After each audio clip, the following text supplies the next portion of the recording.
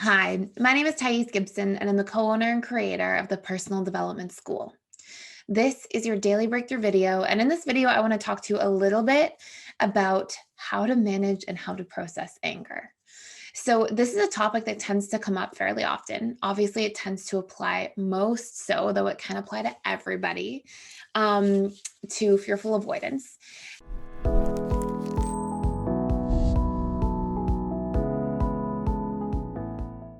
I want to start by saying anger is not healthy or unhealthy. Anger, if anything, is just an emotion like anything else. It's part of our biological feedback mechanism. It's letting us know when something is out of alignment, when something isn't right.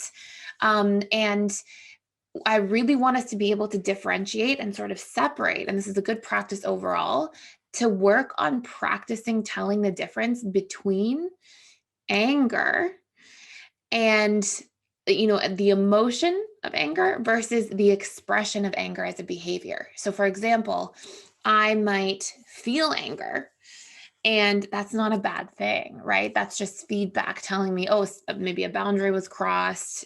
I feel betrayed by somebody. Somebody did something inappropriate, whatever it might be. I have the anger.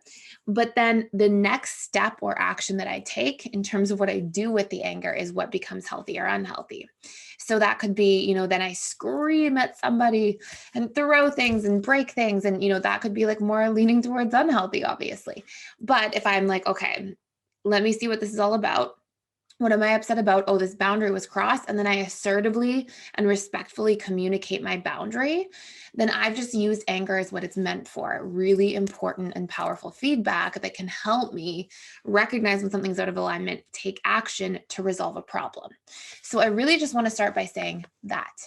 Now, when we go through different experiences, and obviously, like, we have different patterns with anger. So fearful avoidants, for example, tend to bottle stuff up for a long time and then become the volcano that erupts, right? Where they let small boundaries go and be violated. And usually it's because they're out of relationship with their boundaries. And then later on, they hit their breaking point and then they become volatile or angry or frustrated. Anxious preoccupied can have little bits of anger and protest behaviors.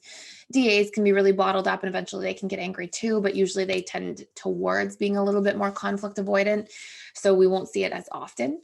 They have a lot more avoidance strategies in their behaviors, whereas fearful avoidants have a lot more approach oriented strategies.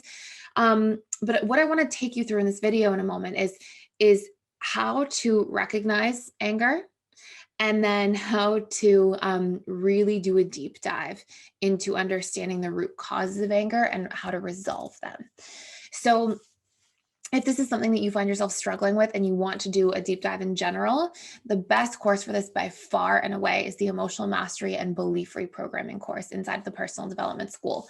I make this like a sort of prerequisite for everybody. I'm like, always start with that course because it really helps you understand the relationship between your emotions and why you're having them. Emotions are never random. They are always giving us feedback about something. And usually it's actually patterns inside of us, either at the belief level or in our behaviors. For example, I might feel angry pervasively if I am constantly not showing up for my boundaries. And as a byproduct of that, that behavior of not having boundaries, of avoiding setting boundaries, makes me feel maybe walked all over, taken advantage of, and then over time I become angry, right? So all of our emotions are giving us really powerful feedback about internal unmet needs, behaviors that we've used as coping mechanisms that have strong detriments. Like maybe I learned in childhood that setting boundaries only got me punished, so I threw out my boundaries. But then in my adult life, that's a coping mechanism I've learned that now has really profound downsides. Or anger is also letting us know when we have painful stories or narratives that are being created at the belief or thought level. So maybe I feel angry because I believe that nobody loves me, nobody cares about me. And, I have these narratives that I'm running, and then I feel hurt by that and then angry as well. So it really helps you, that course, if you want to do a deep dive into understanding your emotional patterns and then actually reprogramming the behaviors and the thought patterns that are causing negative expressions of emotion. That is like the best course by far. It's one of my favorite courses in the school. So check that out. And I'll put a link in the description box below as well if you want to do a deep dive into it with a 25% off coupon code. So what I want you to see here is that number one, emotions are never random. They are always feedback.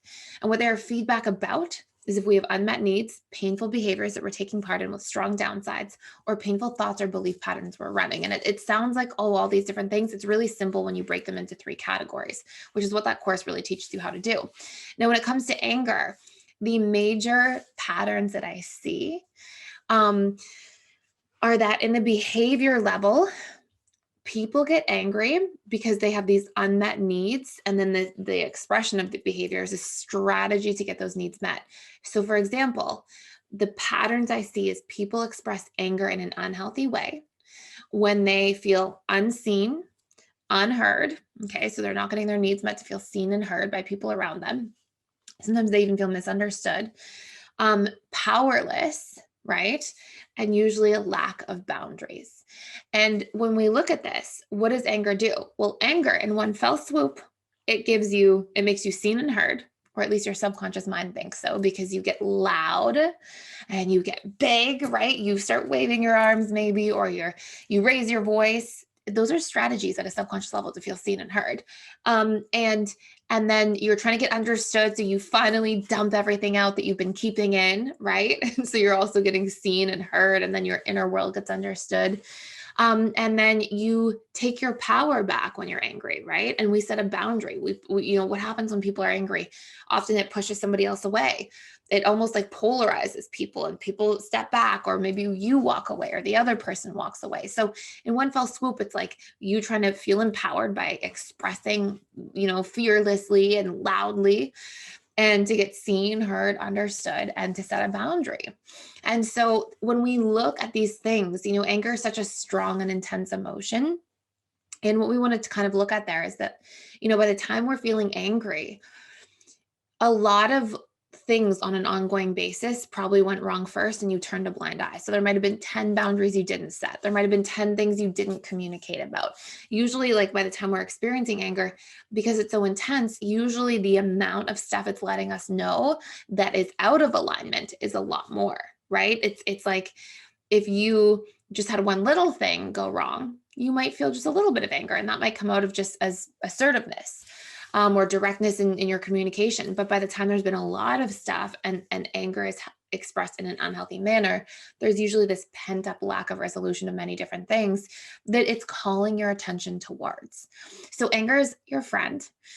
What you do with it can make you become, in a position in your life where you have downsides, right? If I scream at somebody and quit my job at my corporate workplace or whatever it is, then maybe there are some downsides there. But we really want to look at, like, usually just the intensity of anger is just letting us know that we have an intensity of pain and lack of a resolution inside of us. It's really calling for our attention.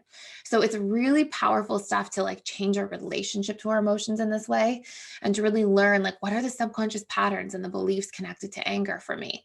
So for some people, it's I am helpless. For some people, it's I'm uncared for. Nobody cares about me. And we feel that hurt, and then we get mad about that, and we push people away. Anger is also usually a cover emotion for hurt or fear. So we become angry when we feel afraid. We become angry when we feel sad and hurt at a deep level as well. And those are different expressions of how anger sort of shifts and changes gears, or how that hurt and fear changes gears into anger is a more accurate way of saying it. So hopefully this all makes sense. I love talking about anger. I think it's like one of the most like wildly misunderstood emotions. And I think it's giving us so much feedback, and there's so much to unpack about anger. And again, if you want to do a deeper dive, the Emotional Mastery and Belief Reprogramming course inside PDS is like the best course for this. It teaches you how to reprogram behaviors, belief patterns, thought patterns, do exposure response work around reconnecting to emotions, all these different things. So you can always check that out. Hopefully this all makes so much sense. Thank you for being here. Please like, share, and subscribe to this channel. It's, I would really appreciate if you do. And I will see you in the next video.